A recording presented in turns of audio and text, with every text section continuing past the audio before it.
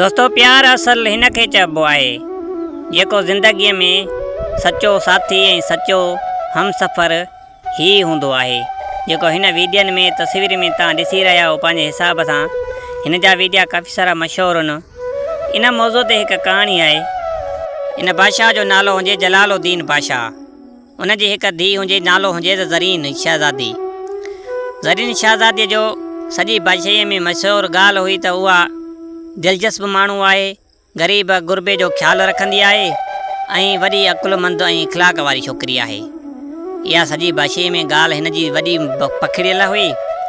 कुदरत मुंहिंजे अलाह जी बादशाहज़ादी उहा ज़रीन वते पे पंहिंजे मुल्क में सैर सफ़र कंदी पंहिंजी बादशाहीअ में अंदरि।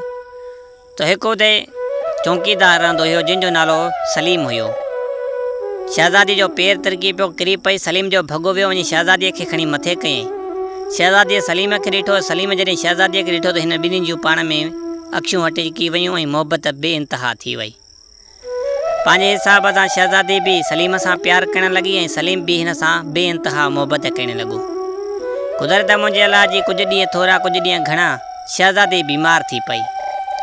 पोइ वॾा वॾा हकीम आया, बादशाह घुराया, पर हिन खे इलाजु सम्झ में न पियो अचे।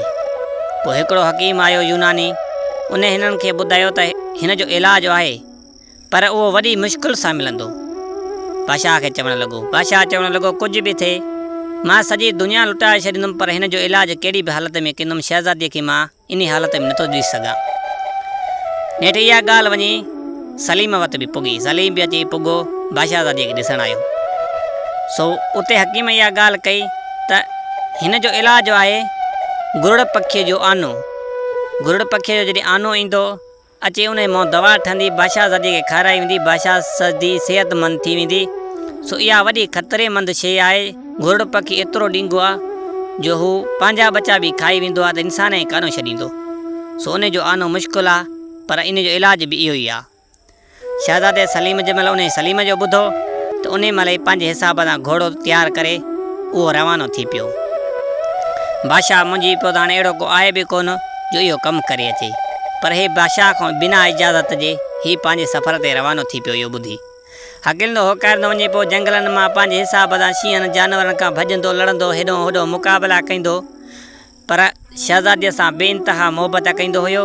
हिन खे काश बि नज़र न पियो अचे, रुॻो चए पियो त बसि शहज़ादीअ जी ज़िंदगी बचाइणी आहे। हकिलंदो होकारंदो वञे पियो, हिकु बर बिराणे में वञी पुॻो। उञ हिन खे लॻी, बुख लॻी, पर हीउ पंहिंजी तकलीफ़ूं सहंदो सहंदो उन हिकु वणु हुयो, उन वण हेठां अची वेही रहियो। चई हाणे थकु पटियां, घोड़ो हुते ॿधई